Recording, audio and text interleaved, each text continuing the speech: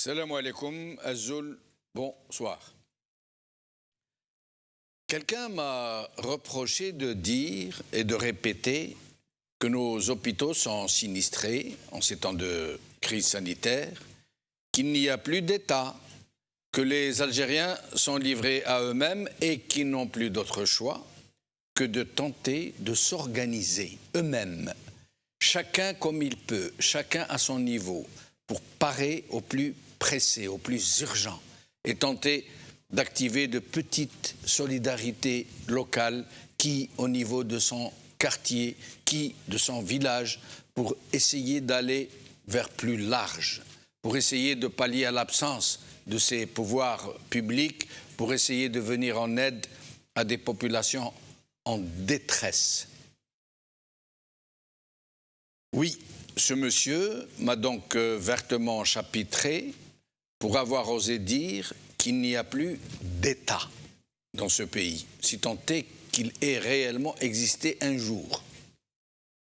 Un État digne de ce nom, un État vertueux, un État légitime, un État utile.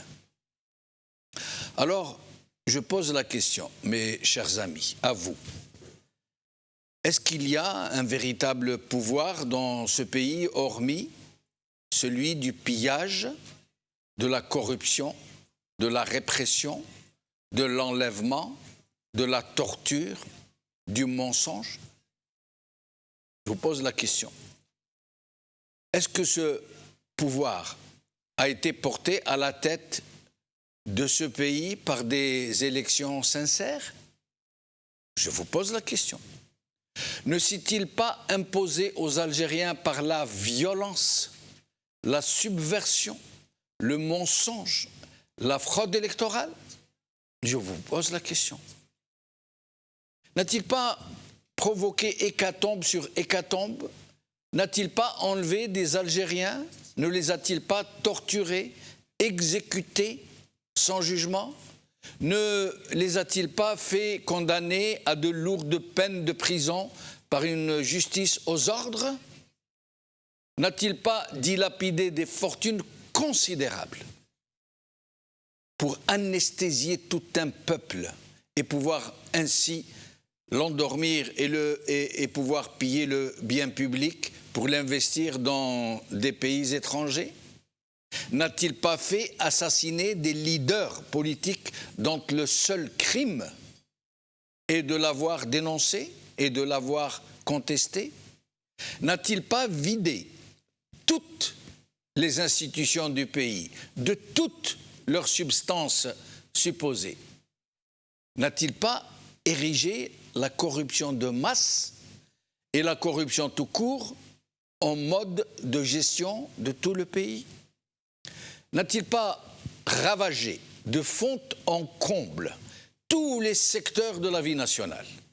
L'école, la santé, l'agriculture, l'industrie, les transports, l'université, l'administration, la justice, la sécurité publique, l'urbanisme, l'écologie, l'hydraulique et tout le reste. N'a-t-il pas éradiqué de nos habitudes le civisme et n'a-t-il pas inséminé en nos cœurs la haine et l'exécration de nos propres compatriotes pour pouvoir enfin nous dominer? N'a-t-il pas transformé nos villes en dépotoirs, nos hôpitaux en mouroirs, nos rues en crachoirs? N'a-t-il pas poussé toute notre jeunesse à tout tenter pour prendre la route amère de l'exil, serait-ce au prix de leur vie, ces jeunes? N'a-t-il pas consacré des sommes même pas imaginables pour l'acquisition d'armements, d'équipements militaires et de dotations en tout genre, juste pour enrichir les chefs de l'armée au moment où des secteurs vitaux, comme les hôpitaux ou les écoles, sont littéralement sinistrés? Je vous pose la question. Je vous pose les questions. Est-ce cela l'État? C'est un État, ça?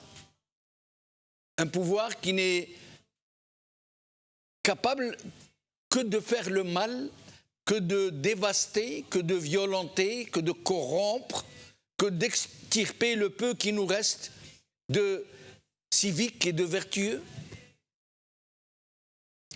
La personne qui m'a admonesté ne pourrait-elle pas ouvrir un peu les yeux, elle et les millions comme elle, et voir ce qui se passe autour d'elle, juste autour d'elle, ce qui est devenu ce malheureux pays? Ne voit-elle pas cette personne et les millions d'autres personnes comme elle, en ces temps de pandémie, que les gens meurent faute de prise en charge appropriée? Qu'il y a désormais un marché noir de l'oxygène, un marché noir de l'oxygène, que tous les potentats du régime, tous autant qu'ils sont, tous sans aucune exception, et leurs familles avec eux, ne mettent jamais le pied dans nos hôpitaux, que dis-je, dans nos mouroirs? Ne voit-elle pas cette personne et les millions d'autres personnes avec elle que quiconque ne peut se débrouiller tout seul? Personne aujourd'hui ne peut se débrouiller tout seul s'il n'a pas de piston. Et il n'aura pas d'autre choix que de voir mourir sous ses yeux ses proches sans pouvoir faire quoi que ce soit pour eux. Comme ce médecin, un exemple vivant, un médecin qui, tout médecin qu'il est, n'a pu trouver de l'oxygène pour sa mère et sa sœur, et qu'il les a vus mourir sous ses yeux. Lui-même avait le Covid et avec 40 degrés de fièvre, il était parti à la recherche de cette denrée rare qu'est l'oxygène, qu'il s'était décidé à acheter à n'importe quel prix. Mais en vain. Quand il en a enfin trouvé, c'était trop tard. Sa sœur et sa mère sont décédées, sont mortes sous ses yeux, par faute de pouvoir respirer. Alors mettez-vous un peu à la place de ce médecin. Et il est où cet État? Il est où? Et ils sont où ces grands serviteurs, ces grands commis de l'État? À part grappiller des privilèges et se faire dérouler les tapis rouges. Et pourquoi? Et là aussi je vous pose la question et je vous demande d'y réfléchir, faute de pouvoir y répondre. Et pourquoi le budget de l'armée est-il au moins 4 fois plus important que celui de la santé?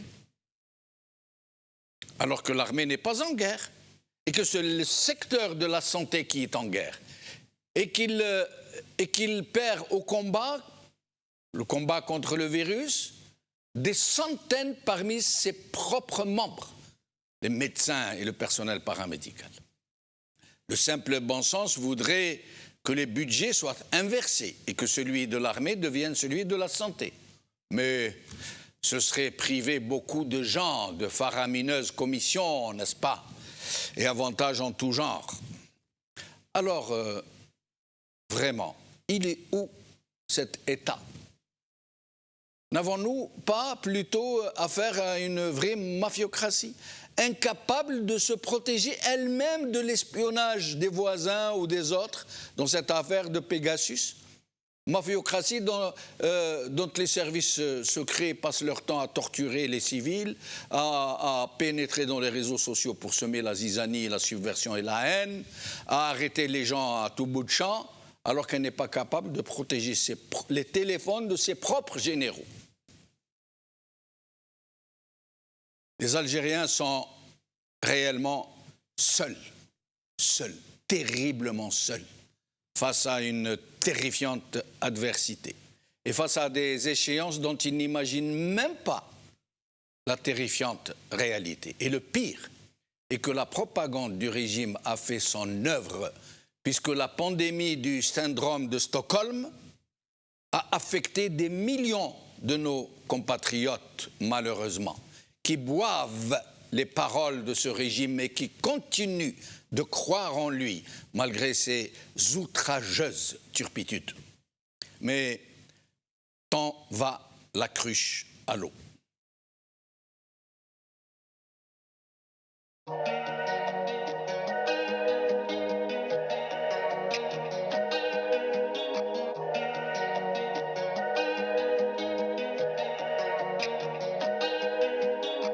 نهار مغيم جاز عليا حسبت بغدا خلاصة الدنيا كنت صغيرة وما زلني نية كي تعلي جامي بكاو عليا عالبكري عرفت الدنيا فانية فانية يهنو فيها اللي قلوبهم فاضية زيت ودربتني موجة عالية عالية حمامة جابت لي بيضة خاوية اسمح لي يا قلبي خسار عليا عليا عمرتك بهموم فاضوا بيا بريزنا مكتبت انا يا برية برية بكيت وضحكوا عليا البحرية يا قلبي اللي ضروا في الدنيا برجليهم ولاو كان غير ما ولاو عمرها راه خلاو كي تكبر في الغابة تفهم باللي دياب ما ينساو طفي والضوء يخلوها في الواو الحجرة الضوء الديب ما يتوب ما يكوفنيش يعطيتو وردة ضربني بالطوب وما رحمنيش يا البحر يقول للموج ما ينقذنيش يعرفني عوامة ما يخوفنيش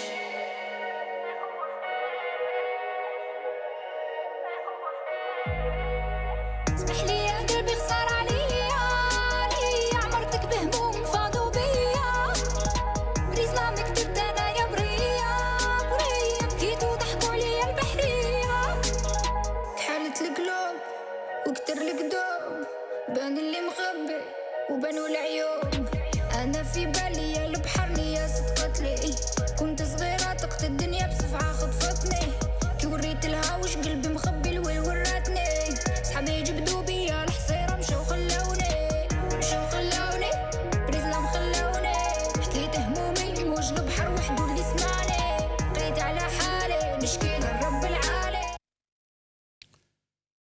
Covid-19 en Algérie, grave défaillance des pouvoirs publics. C'est le titre de notre émission d'aujourd'hui. Et pour en parler, j'ai ici avec moi professeur Nordine Aoussat, écrivain, imam, conférencier. Nordine Aoussat, merci d'être avec nous. Merci pour l'invitation, Sidi Ahmed. Merci beaucoup. Depuis le Canada, Adel Jabbar, observateur politique. Adel Jabbar, merci d'être avec nous. C'est moi qui te remercie, cher ami. Bien le bonjour à notre ami et frère. Il y a un souci, on ne vous entend pas. Je vous dis merci encore une fois pour l'invitation. Un grand bonjour à notre ami et frère, le professeur Nordine Aoussat. Un bonjour fraternel, respectueux à notre peuple en Algérie et à l'étranger. Merci Adel Jabbar. Et avec nous, le docteur Marwan Messakhar, interne en pneumologie à Toulouse. Docteur Marwan Messakhar, merci d'être avec nous. Bonjour et merci pour l'invitation. Merci à vous. Alors, Nordine Aoussat, je vais vous lire quelques titres de presse. 18 morts au CHU Mustapha en une seule nuit. Il faut décréter un état d'urgence. TSA, toujours. Docteur Bakkat Berkani, qui est membre du comité scientifique de suivi de l'évolution de la pandémie du Covid. Il déclare ceci: l'Algérie est en état d'urgence sanitaire. Notre journal, nuit cauchemardesque à l'hôpital de Sétif, plusieurs morts ont succombé faute d'oxygène. Notre journal, flambée du Covid-19 vers une fermeture des frontières, encore une fois. Et je ne vous dis pas, en attendant le Conseil des ministres, le confinement va être décidé de nouveau, réaménagement des horaires des wilayas les plus touchés, ils vont confiner dans des wilayas. Et j'aimerais alors vous lire un petit passage. Tebboune a également ordonné de tracer un objectif immédiat consistant à vacciner 2,5 millions au niveau de la capitale. Et un taux de 50% dans les wilayas d'Oran, Constantine, Sétif et Ouargla, etc., etc. Mais il est rigolo, il décide comme ça de vacciner 50% de la population, alors que c'est l'Algérie parmi les derniers pays au monde en termes de vaccination 2 injections. Moins d'1 million, nous dit-on. Malgré ceux qui sont en train de distiller comme quoi il serait à 10 millions. C'est faux. Il y a moins d'1 million de vaccinés qui ont 2 vaccinations. Et je vais vous donner quelques chiffres. La France, avec tous les moyens qu'elle a mis, 44%, les USA 49%, l'Allemagne 49%, le Canada 54%, etc. Et lui, M. Tebboune, il décide comme ça, du jour au lendemain, faites-moi vacciner 50% tout de suite. Nordin Awsat. Oui, si Jamaldine. Donc pour commencer, je dois saluer aussi notre ami et frère Saad El-Jabbar du Canada et saluer aussi le peuple algérien et saluer particulièrement les habitants, les Algériens de la wilaya de Tizi Ouzou qui ont suspendu leur hirak le vendredi. Et on avait cette belle image des rues totalement désertes. Nous allons en parler tout à l'heure. Ce serait bien. Et aussi la commune de Bourni qui a unilatéralement et indépendamment des irresponsables qui sont à la tête de l'État, ils ont décidé aussi au niveau de leur commune de décréter... 5 communes dans la wilaya de Tizi Ouzou ont décidé de décréter un état de confinement de 15 jours. Voilà, qu'elles soient toutes donc saluées et je leur dirai en kabyle, Thin Mirthnouan. Sinon, le grand mal, si Jamaldine, qui nous concerne en Algérie, c'est ce qu'on appelle le mensonge. Le mensonge qu'on peut écrire avec un grand M, avec toutes les lettres capitales, ça ne peut pas, je dirais, refléter l'état dans lequel nous sommes. Nous le savions, ça. Il y a plusieurs États, grands États, la France, les États-Unis, l'Allemagne, ont été surpris au début 2020. Ils étaient surpris, ou disons 2019, et donc ils n'étaient pas préparés à ce virus, donc ils n'ont pas pris leurs dispositions pour aller de l'avant par rapport à ce qui pouvait arriver. Mais que ça nous arrive, nous, en Algérie, juillet 2021, qu'on soit en panne d'oxygène, ça c'est un crime. Ça, c'est un crime. Alors qu'ils ont eu largement le temps de se préparer. Bien entendu. Largement. Mais bien entendu. Mais eux, le temps, ils le passaient à arrêter les gens. Voilà, à autre chose, à préserver leur pouvoir, à préserver les sources de leur enrichissement illicite et à la dépravation. Donc voilà, ils n'ont aucune excuse. Ils n'ont aucune excuse. La personne qui vous a repris sur la présence de l'État, tout ça, on peut dire ce qu'on veut, mais les faits sont là. Les faits sont là, on est en juillet 2021. Que l'Algérie puisse souffrir de manque d'oxygène, là, c'est parce qu'il y a pas seulement négligence, mais il y a crime, il y a faute, il y a, je dirais, un comportement criminel. Pas seulement irresponsable, mais là c'est criminel de la part des pouvoirs d'État. Tout ce que tu as cité tout à l'heure, c'est Jamaldine, les 16 de l'hôpital Mustapha, ceux de Sétif, etc., ils ne devraient pas mourir. J'aimerais qu'on nous montre en même temps que Nordin parle, à côté de lui, des images des hôpitaux, de ce qui se passe en looping. Il faut le dire, je suis imam, je sais de quoi je parle. Chaque vie, elle a, avant même sa naissance, avant même son arrivée dans ce monde, l'heure de la fin était déjà prédestinée. Mais ce n'est pas de ça dont on parle. On parle que quand des gens meurent, faute d'oxygène, c'est qu'il y a une négligence dans l'approvisionnement des hôpitaux en oxygène, la production de l'oxygène, la production l'importation de l'outil de production de l'oxygène. Tout cela n'a pas été fait. Qu'on en arrive à un marché noir. Absolument. D'une matière qui peut sauver des vies. Ça, c'est un autre aspect aussi. C'est incroyable. Ça, c'est un autre aspect parce que certainement, certains vont nous le reprocher aussi. Ils nous disent, vous regardez seulement d'un seul côté, vous critiquez l'État, mais ce n'est pas l'État qui fait le marché noir. Effectivement, ce n'est pas l'État lui-même qui fait le marché noir, mais quand il y a un État de droit, il n'y a pas de marché noir. Une chose pareille, ça se repère très vite. Voilà, on sait qui,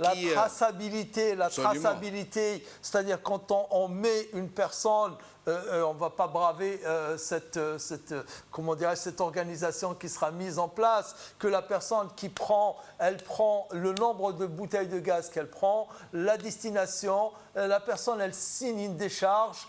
À l'arrivée, là où ils sont destinés les bouteilles, la personne aussi qui prend en charge ces bouteilles, qui réceptionne, elle signe une décharge. Et après, il y a un contrôle administratif. Là, tout est fermé. Mais si l'État laisse faire le peuple... Et puis si la matière était disponible, oui, il n'y aurait pas de marché noir. Non, aussi, voilà. C'est la rareté qui provoque la pénurie et donc le marché noir. Absolument, absolument. Et puis, c'est Nordin, quand il y a un marché noir des passeports à l'Hajj, pourquoi voudriez-vous qu'il n'y ait pas de passeport à la limite à le cimetière pour être enterré là plutôt que là-bas? Tout à fait, mais ça j'en parlais justement il y a quelques jours avec quelqu'un qui lui n'était pas au courant. J'ai dit dans les cimetières aussi, il y a des places qui sont repérées comme quoi des tombes délaissées et dont les familles ne viennent pas les visiter et elles sont marquées. Et les personnes qui règlent ça, ils font de fausses sépultures sur ces tombes-là et ils savent qu'il n'y a rien dedans, bien la tombe, elle n'est pas visitée et ils vont la donner à de la famille ou moyennant... Bien entendu. Corruption même dans les tombes, dans les vieux cimetières algérois notamment, qui sont prisés, demandés, etc., le Qatar, oui. Etc. Donc ça va très très mal. Tout ça, ce sont des conséquences. Là, ça y est, on y est. Il n'y a pas d'État, en fait. Il n'y a pas d'État. Les feux de forêt il y a 2 semaines à Khishla, ils ont montré qu'un grand État, entre guillemets, comme l'Algérie, ne disposait même pas de Canadair. Aujourd'hui, qu'il y a une pression des malades du Covid, il n'y a pas d'oxygène, il n'y a pas d'eau, il n'y a pas d'huile, il n'y a pas de semoule. Vous savez pourquoi il n'y a pas de Canadair? Pourquoi l'Algérie n'a pas fait l'acquisition de Canadair? Je vous vends ce qu'on m'a vendu. Hein. Oui. Moi, je ne suis pas spécialiste. C'est quelqu'un qui m'a appelé pour me le dire. Il m'a dit, qui est-ce qui achète ce genre de choses? C'est l'armée. Les aéronefs, les trucs, soit l'armée, soit pour ce qui est de l'Algérie, oui. les pompiers, c'est un peu le ministère de l'Intérieur. Il m'a dit, Canadair, ils n'achèteront jamais. Pourquoi? Parce que la société Bombardier, qui fabrique les Canadair, elle ne donne pas de commission. Elle a des carnets de commandes sur 5 ans. Ça veut dire déjà la liste d'attente est de 5 ans. Tellement tout est vendu à l'avance. Voilà. Donc elle ne donne pas de commission. Et eux, quand il n'y a pas de commission, ça ne les intéresse pas. Et ils n'ont pas acheté. Donc, Canadair, qui est le moyen le plus efficace de la lutte contre les feux de forêt. Voilà. Donc c'est criminel. Je ne vous fais pas dire. Quelqu'un qui fait passer ses intérêts à lui et qui est capable de priver l'État de disposer de ces moyens qui sauvent des vies, qui sauvent la nature, qui sauvent des humains. Donc c'est criminel, c'est en quelque sorte prémédité. Alors, Adel Jabbar, comme ça, à chaud, d'abord, votre première réaction sur ce qui est en train de se passer, une véritable hécatombe. Même le docteur Bakat Barkani, qui est membre de ce comité de suivi scientifique, parle d'état d'urgence sanitaire. Et il mesure ses mots, hein, parce que c'est pire que ça, en fait. Ben, c'est pire que ça. Je reprends ce que disait notre ami et frère, le professeur Nordin. Ce n'est pas un État, c'est une véritable fauda.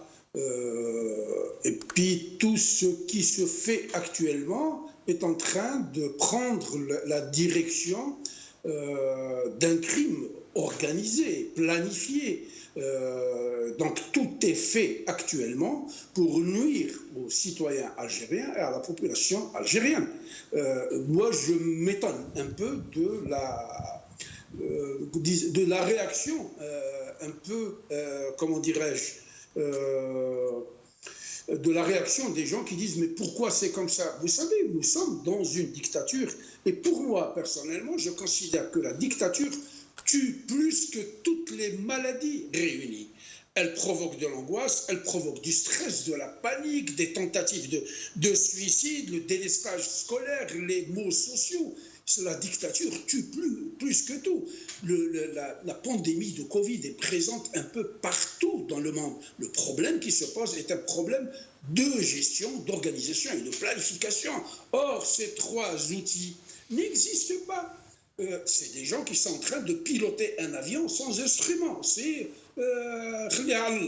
et on ne peut pas gérer un État comme ça, on ne peut pas gouverner comme ça, sans instruments, sans système de gestion, sans outils de gestion et sans outils de contrôle de la gestion et des audits. Ça n'existe pas.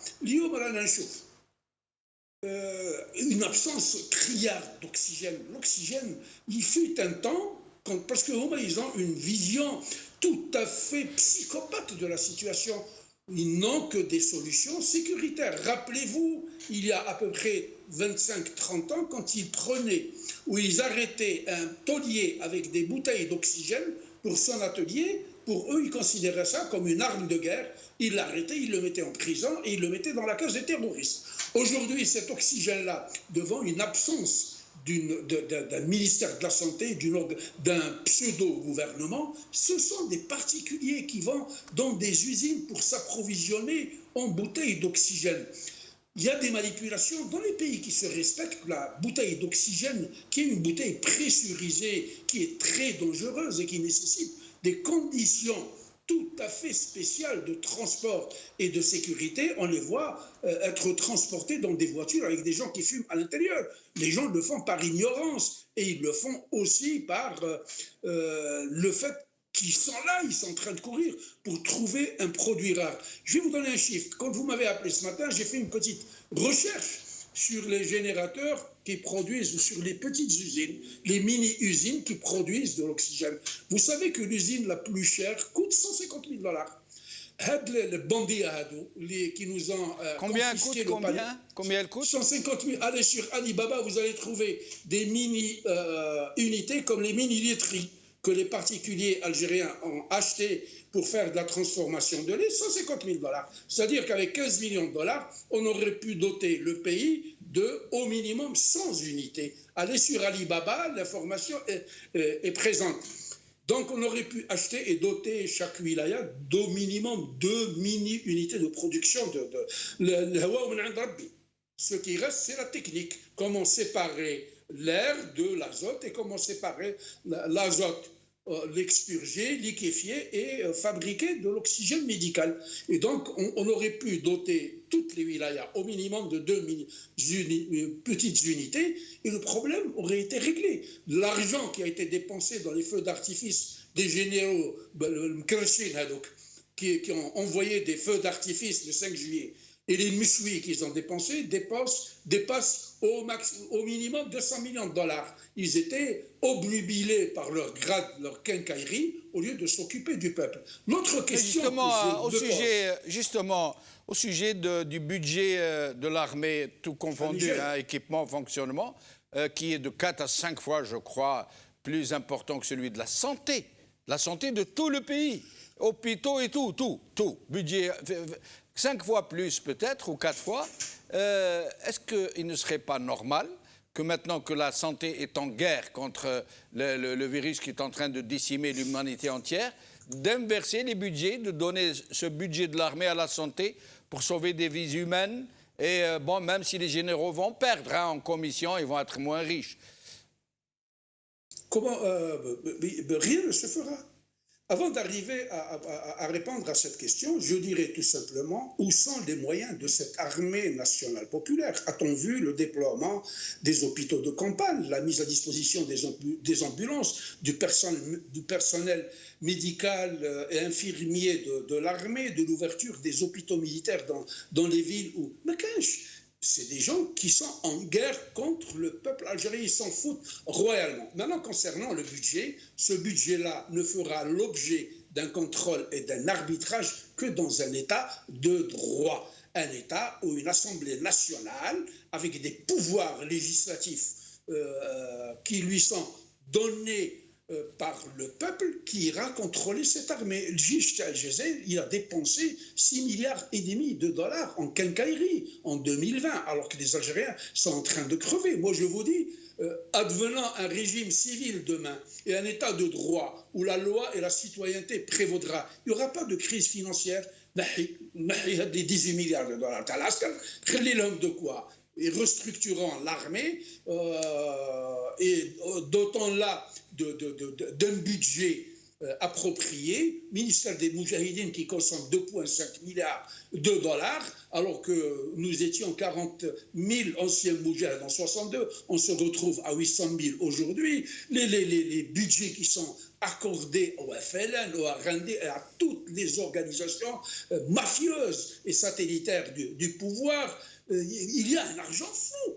Les gens qui ne foutent rien, qui sont en prison, qui reçoivent... Mais Adjibar, il faut bien que tous ces gens passent au râtelier, qu'elles se servent, qu'elles bouffent, comme on dit, pour pouvoir soutenir ce régime. Ils ne vont pas soutenir ce régime pour ses beaux yeux.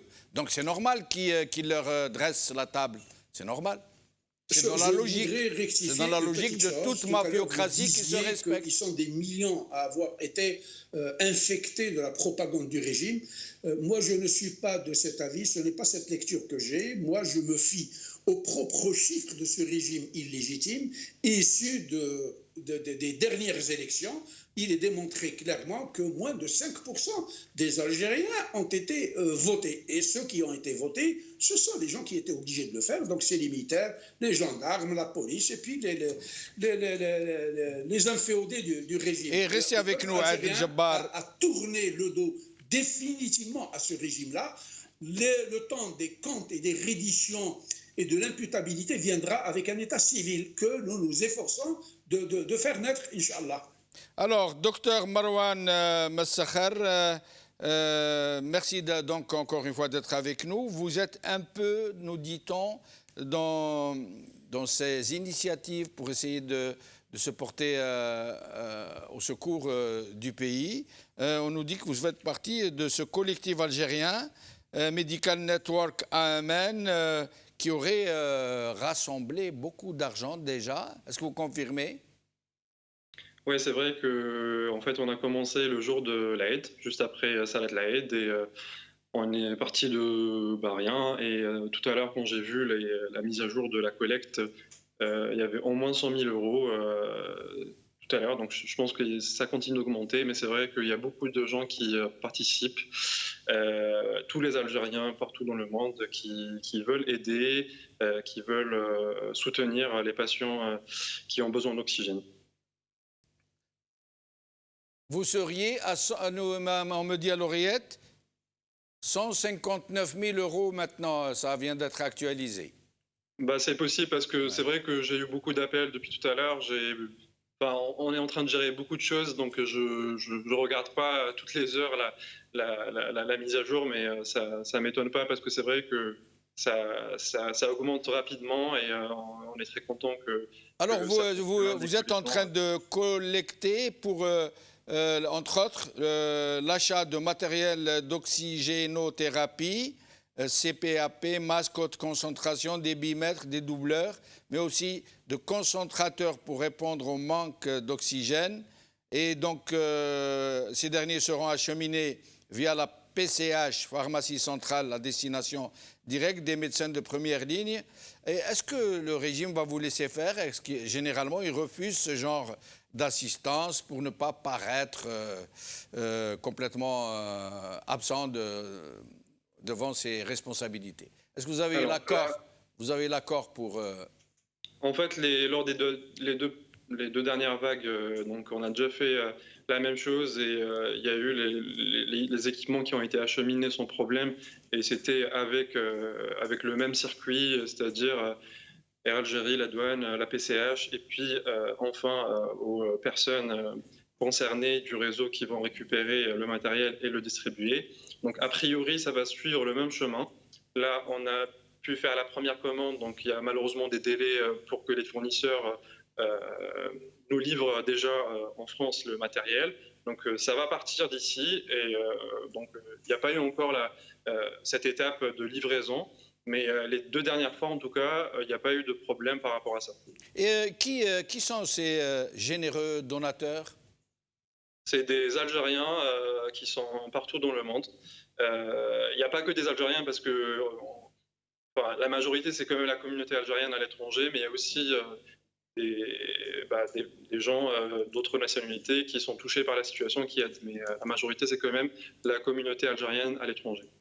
Très bien. Nous allons demander l'autorisation de notre direction pour voir le côté juridique de la chose. Si elle sera d'accord, nous vous inviterons à revenir pour que nous puissions donner les numéros de compte bancaire et tous les renseignements à destination de nos téléspectateurs qui pourraient contribuer avec vous. Mais sinon, j'ai quelques questions à vous poser concernant cet aspect médical de la chose. Pour ce qui est des lits, quelle est d'abord la différence entre lit de réanimation et respirateur? Excusez-moi, je n'ai pas bien entendu la question. La différence entre un lit de réanimation et un respirateur.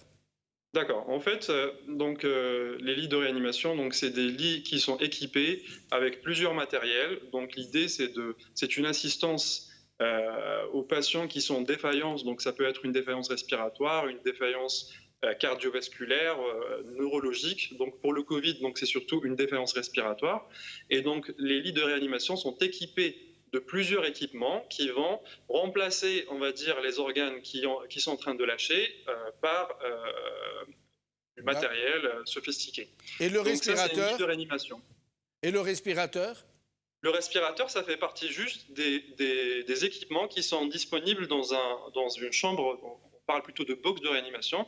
Dans un box de réanimation, il y a plusieurs matériels, dont le respirateur. Le respirateur, il va aider le patient qui est en défaillance respiratoire à respirer, à ventiler mieux ses poumons qui sont touchés par le Covid. Donc le respirateur, c'est une partie du lit de réanimation. Et quand le malade, le patient, la personne affectée est en difficulté respiratoire majeure, je ne sais pas utiliser les termes médicaux qu'il faut, et qu'il n'y a pas de respirateur, qu'est-ce qui peut se passer? Malheureusement, le décès du patient. Donc, au début, le patient, il essaie de compenser avec son organisme. Donc, il y a quand même des signes de ce qu'on appelle en pneumologie des signes de lutte et tout.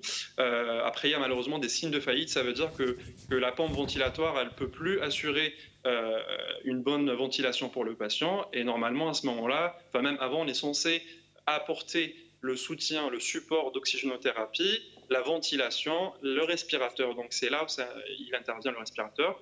Et malheureusement, s'il n'est pas disponible, malheureusement, la personne en question va décéder. On ne peut pas vivre en tout cas sans oxygène, donc c'est pas possible. Mais pour l'Algérie, où les hôpitaux sont dans un état que vous devez connaître certainement, sinistré, littéralement, dans un pays où même les adductions, les canalisations pour acheminer l'oxygène sont totalement bouchées dans tous les hôpitaux, nous dit-on, ou à peu près, où l'oxygène, la matière en elle-même est totalement indisponible au point où aujourd'hui il y a un marché noir de l'oxygène. Et à un point où la maladie semble aller vers un pic, ça veut dire où il y aura beaucoup de personnes atteintes et beaucoup de personnes en détresse respiratoire. Donc, Dieu ne plaise. Mais à prendre tous ces éléments en considération, ça va être une hécatombe. Malheureusement, c'est ce qu'on craint. C'est déjà le cas dans certains endroits. Donc, moi, j'ai des amis à moi, c'est des confrères qui sont sur place dans des services de réanimation, de pneumologie, qui gèrent des patients atteints de Covid. Et le problème, c'est que si le patient il a besoin d'oxygène et on ne lui donne pas, même s'il n'est pas en réanimation, ça peut se terminer aussi par le décès. Et malheureusement, cette situation a déjà eu lieu dans pas mal de centres. Donc, le corps ne peut pas rester longtemps sans oxygène. Donc, c'est une catastrophe. Pour moi, c'est déjà une catastrophe sanitaire. Il y a déjà un état d'hécatombe. Donc, malheureusement, le pic, ça sera à peu près vers la mi-août. Donc, d'ici là, ça va malheureusement que s'empirer. Après, au niveau du pic, ça va être un peu un plateau. Le pic va dépendre aussi, là c'est sûr qu'il y a un problème de matériel, d'oxygène qui n'est pas disponible, mais le pic va dépendre aussi du comportement des gens, est-ce qu'il y a un confinement ou pas. Donc si les gens vont continuer d'être inconscients et continuent de fêter les mariages, de fêter les réussites de baccalauréat, c'est sûr que le pic va un peu être plus lent et ça va durer plus longtemps. Et donc malheureusement ça va encore exacerber ce problème de manque d'oxygène dans les hôpitaux. Donc, alors hier, parmi nos invités, nous avions un médecin infectiologue, Dr Hussein Aitmouhen, qui nous a affirmé, chiffre à l'appui, dit-il, selon des statistiques fiables, que ce variant du virus affecte tout particulièrement les personnes non vaccinées.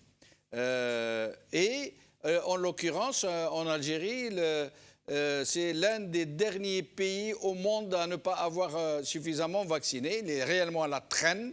On parle d'à peu près 1 million de vaccinés pour les 2 doses, alors que M. Tebboune nous dit, devant le Conseil des ministres, il ordonne de vacciner rapidement au niveau de la capitale et dans les wilayas de 50%, comme ça, du jour au lendemain. D'après vous, ce problème de la vaccination et cette grave défaillance en termes de vaccination? Malheureusement, c'est impossible de vacciner à 50% de la population. Ça demande beaucoup de logistique, beaucoup d'organisation. On a déjà vu l'expérience ici en France. Donc, c'est pas possible. C'est pas un problème de volonté, mais en pratique, on peut pas vacciner 50% de la population comme ça. Il y a plusieurs problèmes concernant la vaccination. Donc, il y a quand même un ralentissement pour que ça démarre. Il y a beaucoup de problèmes d'organisation de logistique d'un côté et d'un autre côté aussi d'information, de communication, parce qu'il y a beaucoup de réticents partout dans le monde. Ça, c'est pas que les Algériens qui sont réticents, mais il y a beaucoup de gens qui ont peur du vaccin, qui ont peur de faire des réactions graves. Donc, il y a aussi un problème de pédagogie, parce que il y a un problème de pédagogie qui doit être donc vraiment réglé, parce que ce qu'il faut faire, c'est vraiment sensibiliser les gens, leur dire que le vaccin, il est efficace. Les vaccins qui sont disponibles en Algérie, ils ont été étudiés, ils sont efficaces, ils ne sont pas dangereux, il faut faire le vaccin. Et de l'autre côté, du côté du ministère de la Santé, les organismes qui s'occupent de la vaccination, il faut mettre en place tout ce qu'il faut pour accélérer la vaccination, parce qu'effectivement, comme vous dites, avec le variant Delta, qui est encore plus dangereux, plus contagieux et plus virulent que les précédents variants. Là, on n'a pas trop le choix. Il faut accélérer les choses. Il y a 2 solutions, en tout cas, pour lutter contre ce virus. C'est la vaccination et les gestes barrières. Et il faut savoir que le vaccin n'est pas d'emblée efficace. Il faut attendre au moins 2 semaines après la 2e dose. Donc c'est pour ça, moi je dis, en pratique, en fait, il y a quand même beaucoup d'obstacles. Donc pour que le vaccin nous protège vraiment, il faut attendre la 2e dose et 2 semaines après la 2e dose. Donc il y a quand même plusieurs éléments à prendre en considération. Restez avec nous, Marwan Messakhar. Alors, Nourdine Aoussat, nous allons regarder quelques images sur le marché noir de l'oxygène. Vous allez écouter ce monsieur qui est producteur, qui a une petite unité de production. Écoutez-le bien.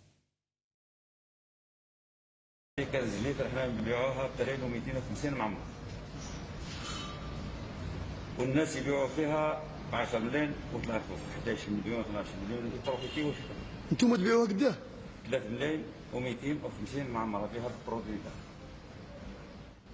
هذا كنز ليتر كاين دي ليتر نبيعوها ب 28 150 معمره ونتاع 50 لتر كبيره هذوك الكبار هذوك نبيعوهم حنا كنا نكونسينيوهم ب 3 ملايين صافي نحطوا ضمانه 3 ملايين ونعطيوها له يسلك البرودوي نعطيوها له يعاود يرجعها نرجعوا له 3 ملايين لكن ولاو يبروفيتيو الناس يداو البوتي الكل تشوفوا تقول ها مريض ها ما عرفوش ما تقدرش تجيب له الاردوناس نجيب له الاردوناس نكتبوا عليه يروح يبيعها هو ب 15 لحقوا حتى 16 مليون هذا الباطل الله اكبر قالوا لنا عليه من عليه وجاو قالوا لنا.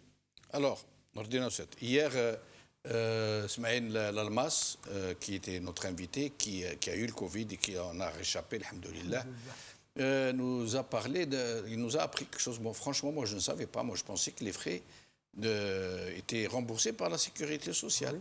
Ben, il nous apprend que non, que le PCR, par exemple, coûte 9 000 dinars, que c'est aux frais des gens, que un scanner coûte 6 000 dinars, que je ne sais pas quoi. C'est des sommes qui sont à peu près du tiers ou de la moitié du SMIC. Oui. En une seule fois, hein, un seul PCR, c'est quasiment le tiers du SMIC. Mais avec ça, maintenant, voilà, vous avez écouté les prix au marché noir de l'oxygène. Ça veut dire quelqu'un qui tombe malade et qui touche à peu près le SMIC. C'est impossible pour lui, même s'il trouve la matière, de pouvoir faire face. Et en plus, ce marché noir, maintenant, qui se développe, C'est incroyable. C'est comme si on faisait du marché noir de jeans, ou de lunettes de soleil, ou de je ne sais pas. C'est incroyable. Oui, tout à fait, tout à fait. Et là, ça montre encore une fois que ce peuple, le peuple, je parle de nous-mêmes, des citoyens algériens, qui s'adonnent à ce genre de trafic, à ce genre de contrebande. C'est du vol. C'est du vol, je dirais. Et le point de vue de l'imam, de vue de l'imam concernant une matière qui peut si elle manque, elle peut tuer. Son absence peut tuer. Et moi, je m'amuse à l'acheter, à la stocker, à la retenir pour que ça les montre. Absolument, absolument. Le prophète, sallallahu alayhi wa sallam, il a juste, comment dirais-je, vu que quelqu'un avait vendu de la semoule qui était dans le sac, le haut était en bon état et que le fond était mouillé. Donc il a dit, man rashana falaysa minna. Celui qui nous trompe, celui qui utilise de la tromperie ne fait pas partie de nous. C'est pas nous, c'est notre adversaire, c'est notre ennemi. Et que dire de quelqu'un? Alors là, on n'est pas tombé, je dirais, aussi bien dans le cœur de l'interdit majeur que de vendre de l'oxygène. L'oxygène, par définition, c'est quelque chose qui se trouve dans l'air. Sauf que malheureusement, ces patients-là, leur corps est malade, ils ne peuvent pas respirer cet air, donc ils ont besoin d'un apport d'oxygène. Donc que quelqu'un vienne, même s'il a fait la queue le matin à 4 heures du matin et qu'il a attendu je ne sais combien d'heures pour que l'usine ouvre et qu'il s'est procuré ces bouteilles-là, il n'a pas le droit de les revendre à un prix plus cher et encore moins à les stocker. Et généralement, ceux qui ont les moyens de les acheter, de les stocker, de les retenir, pour laisser monter les prix, c'est des gens très riches. Absolument, absolument. Parce qu'il dit gros requin. Absolument, parce que s'il n'avait pas des liquidités sur lui pour avancer cet argent et acquérir ces bouteilles, il n'aurait pas pu le faire. L'espace, le stock, tout à fait, le transport. Ils ont tout, ils ont toute la logistique qu'il faut. C'est cet argent qui manque justement dans les bureaux de poste, dans les banques, etc. Il est chez ces gens-là et ces gens-là profitent de ces... Je ne dirais pas tous, bien entendu, hasha lillah, mais certains profitent de ces occasions comme celle-ci pour faire fructifier cet argent liquide qui ne rentre jamais dans le circuit normal de l'économie, qui est fait pour le trafic. Et l'État L'État, mais justement, l'État, qui dit que ces gens-là profitent de cette défaillance de l'État?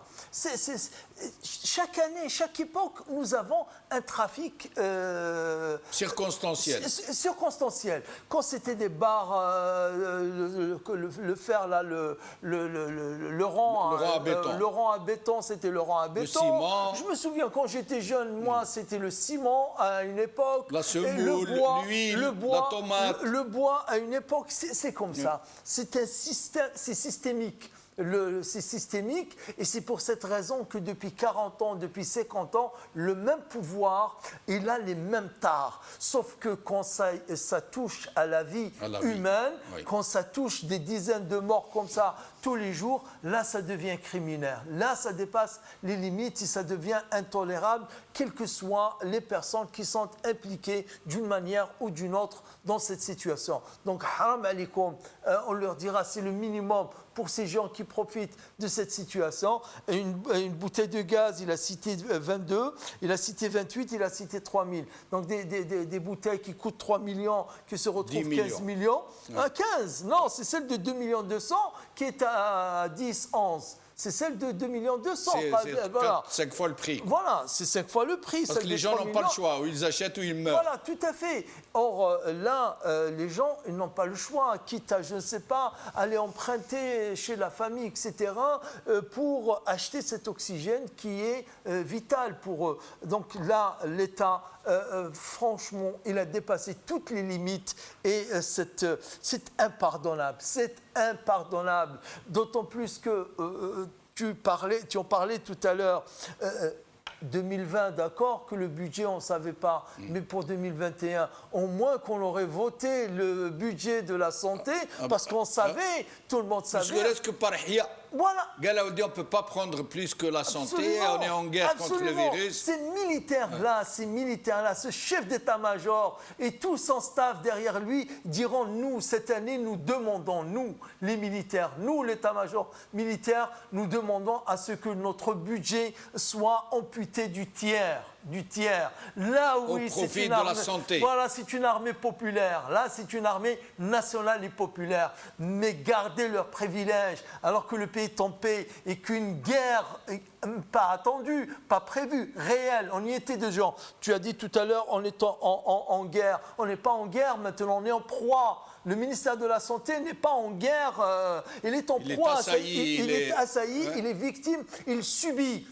En guerre, si on était, la guerre, ça se prépare.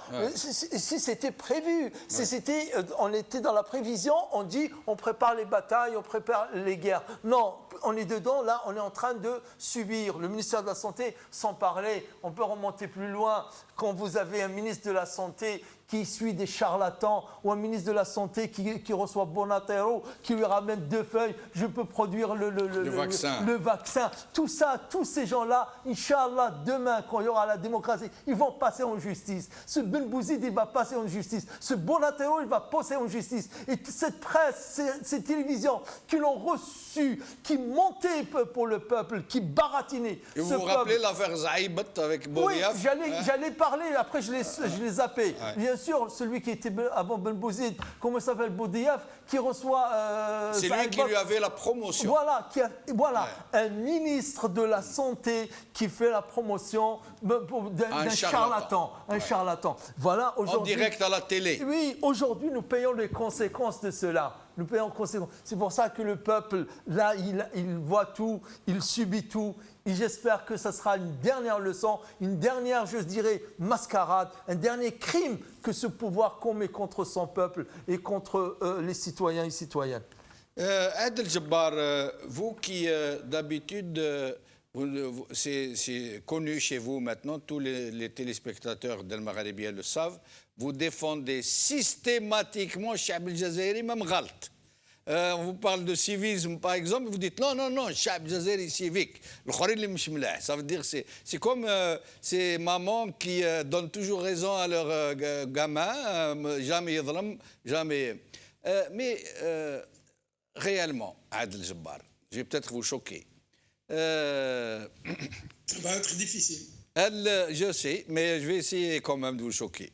Alors, le syndrome de Stockholm, c'est une vraie pandémie. C'est une pandémie pire que celle du Covid, puisque ce sont des millions de nos compatriotes qui continuent à croire en ce régime, à vous dire non, هذه الدولة هذه مش مافيوكراسي وهذا مخاوطنا وهذا يسيرونا والحمد لله ويحمونا ويدافعوا علينا والجيش تاعنا والوزير تاعنا والرئيس تاعنا etc. Comment faire pour essayer de réveiller un peu nos compatriotes qui sont dans cette attitude, hein, parce que heureusement c'est pas tout le monde qui y est. Adel Jabbar. Bon, moi je commencerai par dire d'abord comment on a chiffré ces millions-là. Est-ce qu'il y a eu un sondage d'opinion? Est-ce qu'il y a eu des travaux où il y a eu des approches qui ont été faites en direction des populations algériennes? Cela m'étonnerait fort beaucoup. Quand quelqu'un a en main les outils de la propagande, et la propagande est avec la prostitution les 2 plus vieux métiers de l'humanité. Et donc ça fait capot. Moi, je n'y crois pas trop. Je sais, tout le monde à qui je parle, à ceux que je ne parle pas, à ceux à qui je ne parle pas, ont le vomi de ce régime-là. Personne n'y croit. Je vous dis, les dernières élections législatives ont démontré que les Algériens ont définitivement tourné le dos à ce régime-là. Moi, vous êtes en train de me dire le civisme, etc. Il faut mettre les gens dans les conditions. Pourquoi les Algériens qui arrivent? Moi, j'ai connu des petits jeunes qui sont arrivés de leur village à Montréal, qui n'ont jamais vu un feu rouge. Au bout de 2 semaines, ils ont été disciplinés. Parce que c'est un pays où règne la loi, où règne l'ordre, où règne la citoyenneté. Mais quand je suis policier, quand vous traversez en dehors des bandes piétonnières, ils vous verbalisent et ils vous disent ce n'est pas une affaire personnelle, c'est la loi. Malheureusement, en Algérie, ce n'est pas le cas. On n'a pas un État, on a un État de bandits et de voyous. Je me rappelle Slel, quand il sermonnait l'actuel Pantin qui fait office de président, il lui dit « la civilisation ». Moi, à la place de Slel, j'aurais dit « la culture de la prohibition » parce que Al Capone n'aurait pas fait mieux. Vous voulez avoir un regard unanimiste sur les sociétés. Sachez que dans toutes les sociétés du monde, il y a des marginaux, il y a 3% des populations qui ont des comportements marginaux. Les trafiqués ou l'oxygène, ils n'ont-ils pas trafiqué dans le ciment, n'ont-ils pas trafiqué dans les logements, les terrains, tu n'es rien et tu deviens milliardaire. Attaque un terrain, attaque un appartement, vous êtes milliardaire. C'est le système en lui-même qu'il faut dénoncer. Ce n'est pas les gens, les attitudes des gens. Il y a des opportunistes partout. Les gens sont là en train de vouloir se faire du pognon, comme ils ont fait du pognon sur le rang à béton, sur le ciment, sur les carottes, les bananes. C'est tout à fait clair. Ça, c'est la loi du marché et c'est la loi de la nature. La rareté fait la cherté des produits. Quand il y a aujourd'hui une surdemande sur l'oxygène, parce qu'il s'agit de la vie, je ne pose pas le problème en termes moraux, je le pose en termes mercantilistes. Quand il s'agit de la vie des gens, on ne devrait pas tricher, on ne devrait pas faire ça. Mais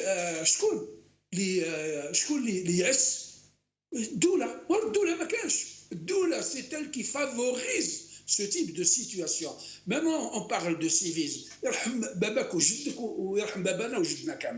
Comment voulez-vous provoquer ou emmener les Algériens à faire de la distanciation sociale quand ils courent dans des villes qui sont surpeuplées, où ils n'ont pas où aller, et le soir tombé, ou la nuit tombée, ils se retrouvent à 4-5 dans des chambres, en train de dormir dans la promiscuité. Le même makanch, les prises en charge makanch. سمعتوا انتم امام سمعتوا وزير يهضروا مع الجزائريين واحد ما يهضر معاهم تبون يضل غير يخرط تبون كان يقول لهم nous avons le meilleur système de santé en Afrique du Nord الوزير نتاعهم هذا كان يقول لهم على بالكم الاكسجين نقصوا رانا نبريكوليو من ناقص هذا وزير هذه دوله هذه حكومه اللي تهضر على البريكولاج ce n'est pas possible. Le problème est un problème de gestion, pas plus et pas moins. C'est un problème d'organisation. Les moyens sont disponibles, mais ils sont utilisés très mal, parce que là où devrait aller l'argent, vers l'éducation, vers la création d'emplois, vers la santé, on est en train de les donner à Shengriha pour acheter des petites bombettes et aller applaudir Hercule ou la Hercule Agib, alors que nous sommes à l'époque des lasers et des drones invisibles. Donc, il n'a absolument aucune considération pour ce peuple-là. Moi, je n'incrimine pas le peuple. Je vous dis, dans un état de droit, Shabi Tarba, parce que Kain Kanoun, quand on a un permis à point, quand on vous sanctionne, on vous enlève 6 points, plus personne ne peut vous enlever. Mais aujourd'hui, les gens conduisent sans permis, les gens volent, les gens détournent de l'argent, les gens s'accaparent illicitement des biens du pays. Qui les contrôle? Le gendarme en chef, bandé. Le directeur général de la police, bandé. Vous avez entendu parler de le gendarme en chef, qui a fait le passeport à 500 000 euros. Oui, mais vous savez, il vient de découvrir un appartement à Alger, dont une pièce a été murée. C'est un 9-4, quand ils sont rentrés, ils n'ont trouvé que 3 pièces. Oui. Alors ils ont cherché, ils ont trouvé la pièce qui était murée. Oui. Et à l'intérieur, on n'a pas encore donné la valeur, Alibaba et les 40 voleurs. Des lingots d'or, des dollars, des devises. Mais on parle peut-être de 20 millions de dollars. Peut-être, hein, c'est pas encore. C'est un petit minimum pour quelqu'un qui a tout laissé, qui est parti. Ça veut dire qu'il a 200, 300 ou 400 millions de dollars. Ou d'euros, quelque part, en Europe et ailleurs dans le monde. C'est un système qui ne produit que de la rapine, c'est de la cryptocratie. C'est des gens qui sont... Et de la kleptocratie aussi. Exactement. Alors, restez avec nous, Adel Jabbar. Je reviens à vous dans un petit moment. Docteur Marwan Messakhar, comment dire le pouvoir vient de décider, de décréter qu'il va décider d'un confinement par wilaya, pour les wilayas les plus touchés. Ce n'est pas national. Ils vont choisir les wilayas les plus touchés pour essayer de décréter. Donc, mais le problème, moi, que je n'ai pas compris, c'est que le confinement a lieu la nuit. Ça veut dire, par exemple, de 20h à 5h du matin. Or, c'est connu, en Algérie, il n'y a quasiment pas de vie nocturne.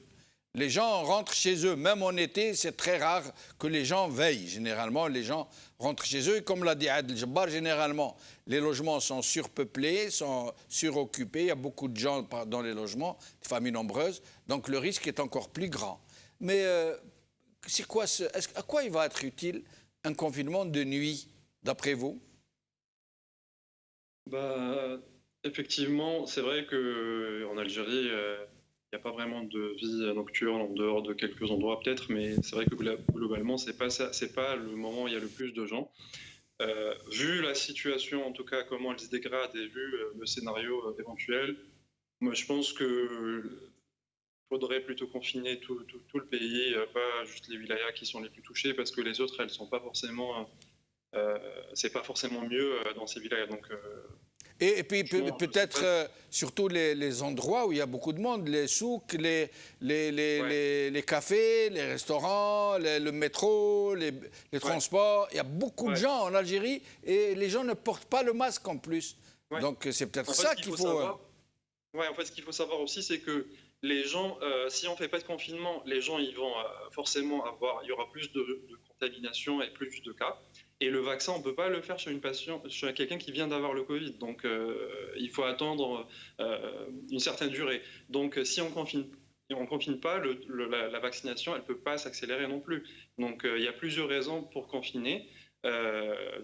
C'est pour essayer de freiner un petit peu la propagation du virus et essayer d'arrêter un peu la chaîne. Mais c'est surtout si on veut que la vaccination soit efficace, il faut aussi limiter la contamination en confinant. Donc, je pense qu'il y a des médecins en Algérie qui font quand même un appel au confinement. Je ne sais pas si ça va être entendu, mais je ne vois pas comment on pourrait s'en sortir et limiter les dégâts si on ne confine pas totalement le pays et pas juste faire un couvre-feu.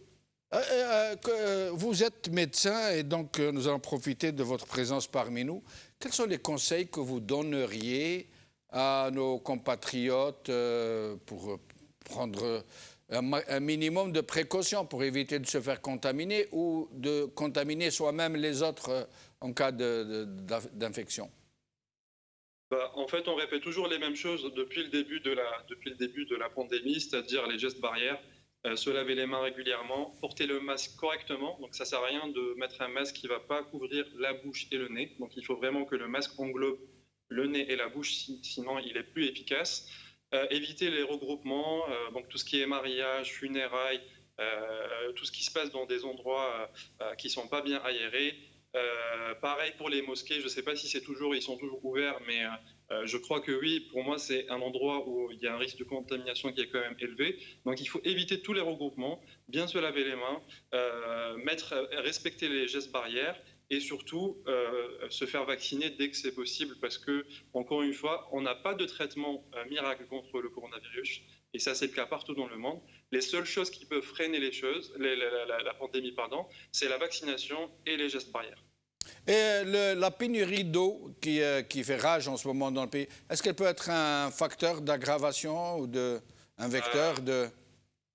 Malheureusement, je pense que oui, parce que quand même, pour toutes les maladies infectieuses en général, c'est pas que pour le Covid, il faut une bonne hygiène. Donc là, ici, un manque d'eau, c'est sûr que l'hygiène des gens va être impactée. Donc pour moi, oui, il y aurait plus de risques de contamination si les gens ils ont un accès à l'eau qui va être de plus en plus restreint, si j'ai bien compris. Donc malheureusement, oui, il va y avoir un impact sur la pandémie. Alors, pour ce qui est du masque, la plupart d'entre nous, la plupart, y compris moi-même, généralement on prend un masque, on le met dans la poche, on le porte n'importe comment, on le triture avec les mains. Quelle recommandation pourriez-vous faire aux gens pour ce qui est du masque? Comment le porter, comment le toucher, comment le ranger? Et quelle est la durée après laquelle il faut absolument le jeter? Alors, idéalement, c'est d'acheter, pour les gens qui ont les moyens, parce que je sais qu'il faut, c'est pas gratuit, c'est d'acheter en pharmacie un masque chirurgical, donc une boîte de masques chirurgicaux, et de garder le masque le même, au moins en fait faire changer le masque tous les jours, donc il ne faut pas garder le même masque sur plusieurs jours, là ça sert à rien, le masque il devient plus efficace. Après, il y a aussi les masques de tissu. Ils sont moins efficaces, mais ils protègent quand même. Donc là, si on utilise des masques de tissu, il faut quand même les laver régulièrement et en avoir plusieurs comme ça. Dès que la personne elle change de masque, elle a le stock. Après, en termes d'utilisation sur le visage, il faut absolument que le nez et la bouche soient couverts. Sinon, il n'y a pas vraiment d'efficacité du masque. Donc, soit on a les moyens et on achète un masque chirurgical et on le change tous les jours. Et on fait attention quand on touche, il y a aussi des risques de contamination par contact, donc il ne faut pas toucher n'importe où, les poignées, les boutons pour les ascenseurs, tout ça. Donc il faut faire attention à ça. Et après, si on ne peut pas, ben là j'ai vu qu'il y a beaucoup de gens qui utilisent les masques en tissu parce qu'ils sont réutilisables. Donc ils sont moins efficaces, mais ils restent quand même mieux que de rien mettre.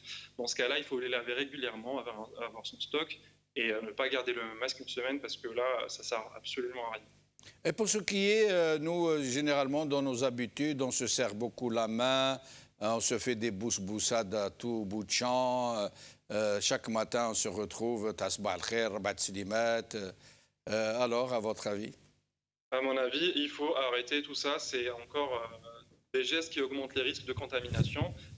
Il faut arrêter tout ça. On sait très bien qu'on a tous envie de faire un câlin à sa famille, de faire un bisou, Thermes, Slam, tout ça. En plus, il y avait l'Aïd il n'y a pas longtemps. Mais là, il faut juste essayer d'être pragmatique et se dire, là, il faut que je sois responsable. Quand la personne, il faut que la personne dise, il faut que je sois responsable pour me protéger les autres. Là, c'est une situation de guerre, comme vous avez dit tout à l'heure. C'est vraiment, en tout cas, les médecins, en tout cas, ils disent qui sont sur place, c'est des conditions de guerre. Il faut comprendre que c'est grave. En fait, la situation, elle est alarmante. C'est une catastrophe. Ça touche tout le monde. C'est pas que les vieux, les personnes âgées, c'est aussi les jeunes. Donc, tout le monde est concerné pour se protéger et protéger sa famille, les personnes les plus fragiles. Donc, il faut arrêter de faire de s'embrasser, de serrer la main. Il faut arrêter. C'est des gestes qu'il faut arrêter, peu importe le contexte, même s'il s'agit de funérailles, parce que s'il y a le janaza, on a tous envie d'aller soutenir ses proches, donc c'est normal. Mais là, c'est exceptionnel. En plus, souvent, il y a des appartements qui sont petits, c'est pas bien aéré. Autant pour les hommes, c'est à l'extérieur, donc ça va. Mais pour les femmes, c'est dans des petits appartements qui sont bien aérés. C'est un endroit idéal pour créer des clusters de contamination. Donc les gens, il faut arrêter de faire ça. Il faut arrêter de fêter les mariages. Tout le monde a envie de faire de son mariage le plus jour de la vie, mais là, malheureusement, on n'a pas trop le choix. Le risque, c'est vraiment, quand même, il y a un risque maintenant de décès. Donc, d'autant plus qu'il n'y a pas d'oxygène. Donc, les gens, il faut vraiment qu'ils comprennent. Là, il ne s'agit pas d'un jeu, il s'agit de vie, il s'agit d'un problème global de toute la nation. Et si les gens ne sont pas responsables, malheureusement, ça va durer longtemps cette histoire et on ne va pas sortir du cauchemar avant une bonne durée. Voir quelques scènes, quelques images de ces attroupements. Regardez, ça c'est un mariage à Gigel, ou du côté de Gigel. Pour moi, c'est scandaleux, c'est égoïste, parce que là, c'est le comportement vraiment des gens. Ouais. Là, c'est une plage à Mostaganem. Vous imaginez un peu? Oui, pour moi, c'est des gens égoïstes qui mettent leur vie en danger. J'en profite parce qu'il y a un imam qui est sur le plateau pour justement, je pense qu'il faut que les gens comprennent parce qu'ils disent tous oui, le mutouhda, le mektoub, mais Rabbi, normalement, نحسبوا كامل على حياتنا, نحسبوا على الحياة تاع les proches. Donc non, si on sait quelque chose qui est dangereux et qui peut mettre en danger la vie des gens, et à un certain moment, franchement, je ne suis pas imam pour dire haram la halal, mais là, c'est mettre la vie d'autrui en danger. Et la vie, franchement, c'est vraiment, pour moi, je suis d'accord avec les termes, c'est criminel. Parce que et nous allons demander l'avis de Nordin Aoussat, justement. Nordin Aoussat, d'abord, sur les mosquées. Les mosquées, les gens, ils veulent se confiner ils acceptent toutes sortes de confinements ou de mesures. Quand vous leur parlez de mosquée, ils disent ah, soit ما تقفلوهمش، القهوة ما تدخلوهمش، la mosquée تبان لكم غير la mosquée. Il y a que la mosquée qui et la mosquée est réellement un vecteur de propagation très important. Ben, écoute, c'est Jamaldine, moi je dirais plutôt le contraire. Oui. J'ai suivi tout ce qui se passe en Algérie puisque tous les vendredis je suis sur le Mumbar depuis 36 ans en France. Je pense qu'il y a vraiment l'endroit en France notamment où qui a le mieux et le plus respecté les règles je dirais, de distanciation sociale, de port du masque, d'espacement, tout ça, ce sont les mosquées. En France. En France. Un exemple, un exemple. Après, je passe en Algérie. Donc, de sorte qu'il n'y a pas eu de cluster. Ici, dans le sud de Paris, dans une ville, il y a une mosquée où il a été découvert une personne dans contact. La mosquée, elle était fermée 2 semaines. Et une mosquée à côté, celle où j'officie, à Fresnes, pourtant ce n'est pas la même mosquée, a arrêté aussi 2 semaines parce qu'il y a certains fidèles qui fréquentent les 2 mosquées. Donc ici en France notamment, ça a été respecté à 100%. La veille de l'Eid, nous avons un exemple. Alors là, c'est tangible. J'ai fait 9 fois Salat l'Eid. 9 offices. Par petits groupes. Oui, par petits groupes. 9 offices de l'Eid. J'ai commencé le premier à 7h du matin et j'ai terminé à 11h. ثم عمرتها بالحسنات. ربي يتقبل. Le plein. ربي يتقبل. العيد صغير العيد الكبير on a fait qu'un office الحمد لله. Mais العيد صغير pour te dire. Sinon à Alger, à ma connaissance, je suis ça sur les réseaux sociaux, les gens parlent, apparemment ça a été respecté. Voire ça a été tellement respecté que certains imams, notamment celui de Bouzrea, qui a été arrêté, puis il a été réintroduit, il disait wesh. Partout on ne respecte pas غير الجامع c'est-à-dire المايضات مغلوقين ou les distanciations مغلوقين alors qu'ailleurs le qhawi en face de الجامع il n'y a aucune règle, le hammam, il n'y a aucune règle, le souk, il n'y a aucune règle. C'était un moment où les mosquées étaient un lieu de ralliement pour le Hirak. Et donc c'était surtout pour ça, voilà. Donc, le vendredi. Donc les mosquées, je pense que ça a été respecté. Je pense. Vous vouliez dire quelque chose, docteur Messakhar? Oui, je suis désolé, je ne suis pas tout à fait d'accord. Autant en France, je suis d'accord, c'est respecté et tout. Moi, j'ai mon père qui habite en Algérie, à la banlieue algéroise, exactement Beaulieu, donc c'est pas loin de l'Harash. Il m'a raconté, il m'a dit, le Jama, les gens ne respectent pas, ils ne mettent pas le masque ou ils le mettent n'importe comment. Donc peut-être il y a des mosquées où c'est bien respecté, mais je ne pense pas que ça soit la majorité des mosquées. Et nous allons laisser Nordine cette Donc très bien. Donc moi je prends tout à fait comme vrai le témoignage du docteur. De son père. Et d'autant plus que ça vient de son père aussi. Ouais, moi je le prends comme vrai. Et je dirais, ça me permet de rebondir sur ça et de citer un récit qui est attribué à Othman. Othman, c'est le 3e calife. Abu Bakr, Omar, Othman. Othman qui dit « Inna Allah yaza'u bis-sultan ma la yaza'u bil-Qur'an ». C'est comme quoi, dès le 1er siècle de l'islam, il y a cette parole qui dit que Allah empêche, astreint, oblige avec le gouvernant plus qu'il ne peut le faire avec le Coran. C'est-à-dire parce qu'il y a une vie publique, voilà, il y a des détails. La loi, encore une fois, il est où l'État? Il est où le pouvoir? Ils sont où l'État? Cette mosquée de Beaulieu, moi je pense qu'il y a normalement les services secrets ou qui surveillent. S'ils voient qu'il n'y a pas de respect, ils doivent prendre contact avec l'association, les responsables de cette association et leur dire de 2 choses l'une. Ou vous faites respecter les règles, ou bien la mosquée, elle sera fermée jusqu'à ce que vous faites respecter les règles. Voilà, donc c'est très important. Juste un dernier point, c'est Jamaldine. Les kdheb ont commencé par Abdelmajid Tebboune et les vidéos elles sont là qui disaient que عندنا 2500 سرير de réanimation, 2500 lits il de a même parlé réanimation. de 2600. Oui, non, c'est pas 2600, c'est qu'on est capable, s'il le fallait, le faire monter jusqu'à 6000. Oui. On a 2500. Oui. Mais on peut je monter l'ai entendu récemment. Et on peut monter jusqu'à 6000 s'il le fallait. Alors qu'ils sont introuvables sur le marché mondial. Voilà. Ouais. Et donc, un président Il faut dire les choses, c'est Jamaldine, parce que là, on arrive à la vie et à la mort. Un président qui ment à son peuple. Vous savez comment il l'appelle, Adel Jabbar, qui est avec nous? Oui. Il l'appelle Kedboun. Ben, il a raison. عندك الحق سي عادل. Voilà. الله يهدينا. Alors, justement, dernier tour de micro. Adel Jabbar, le Canada, est-ce que notre diaspora est sur le point de s'organiser pour venir en aide à la communauté dans le pays, à nos compatriotes du pays? Est-ce que des initiatives commencent à voir le jour? Adel Jabbar. Il ne faut pas poser la question en termes de mobilisation de la diaspora. La diaspora n'a plus à démontrer son amour éternel pour l'Algérie. Notre combat ici, notre mobilisation depuis tout le temps pour sortir notre pays des mains de ces monstres, on le fait de façon tout à fait bénévole et par amour pour notre pays. Il faut poser le problème de l'autre côté. Il fut un temps, il y a une quinzaine d'années, moi-même j'organisais des dons en direction des orphelins algériens.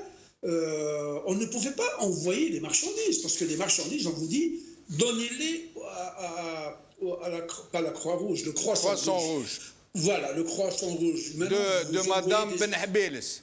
Voilà, de Madame Benhabils, la tristement célèbre Madame Benhabils. À quelqu'un qui va échapper à votre contrôle, et puis on retrouve Benhabils en train de faire des achats avec votre pognon.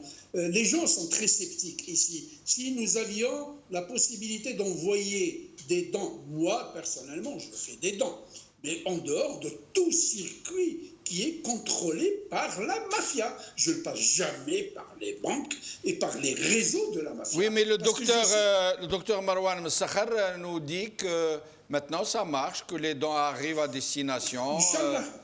Inch'Allah, moi c'est tout ce que je souhaite. Moi je sais qu'il y avait des Algériens qui avaient envoyé des dons et puis ils sont restés au niveau de la PCH. La PCH est une structure bureaucratique, gérée bureaucratiquement par un ministère de la Santé, qui ressemble à tout le désordre que nous vivons. Vous aviez évoqué tout à l'heure l'histoire du confinement, de la distanciation sociale, etc. Je vous donne un exemple pour vous dire que tout est ardu dans ce pays, parce que ce pays-là est en train de marcher sur la tête. Je parlais à ma sœur, elle me disait qu'un masque coûte 50 dinars. Or, quand on voit un smicard qui touche 20 000 dinars, donc les 20 000 dinars lui permettent d'acheter 400 masques à distribuer au sein de sa famille. Le masque, ici, un paquet de 50 ne coûte que 2,99 $. Le revenu moyen, le smicard, ici, il fait à peu près 1 500 $, avec comment dirais-je, les trucs que donne le gouvernement pour les enfants, les allocations pour les enfants, etc. Donc ça ne coûte strictement rien. En Algérie, avoir un masque, c'est la croix et la bannière. Or, les gens n'ont pas d'argent. Il y a maintenant, aller faire un test PCR ou aller faire un scanner, c'est la croix et la bannière. Les gens sont pauvres. Il faut qu'on mette ça une fois pour toutes dans notre tête. Les gens sont paupérisés, ils sont démobilisés. Moi, des fois, quand je vois le comportement des Algériens comme ça, je me dis c'est un suicide collectif qui me fait rappeler les dauphins qui échouent sur une plage pour venir mourir parce qu'ils sont fatigués de quelque chose. L'État n'est pas là. L'État n'intervient pas. Je vous donne une information. Au Kenya, on produit de l'oxygène. Le litre d'oxygène liquide coûte $1. Et c'est l'État qui met la main à la poche pour payer cet oxygène-là aux hôpitaux et aux malades. A-t-on vu Kedbol, le menteur invétéré, nous dire « nous sommes là » Et je me permets de vous interrompre, Adel Jabbar, il ne reste plus de temps malheureusement, nous ne pourrons pas avoir un dernier tour de micro. Merci Adel Jabbar, merci Nordin Aoussat, merci Dr Marwan Messakhar, merci à vous donc, chers amis, de nous avoir suivis. Le moment est venu réellement de nous serrer les coudes, de nous entraider les uns les autres. Il faut vraiment s'entraider parce que nous sommes seuls, nous sommes démunis, nous n'avons pas d'État digne de ce nom pour pouvoir faire face, à qui nous pouvons faire confiance. Donc nous ne pouvons compter que sur nous-mêmes. Dommage, nous n'avons pas eu le temps de parler du Hirak. J'espère que nous aurons d'autres occasions. Mais le Hirak, il est initié par le rêve d'avoir une vie meilleure, pas de mettre fin à la vie des gens.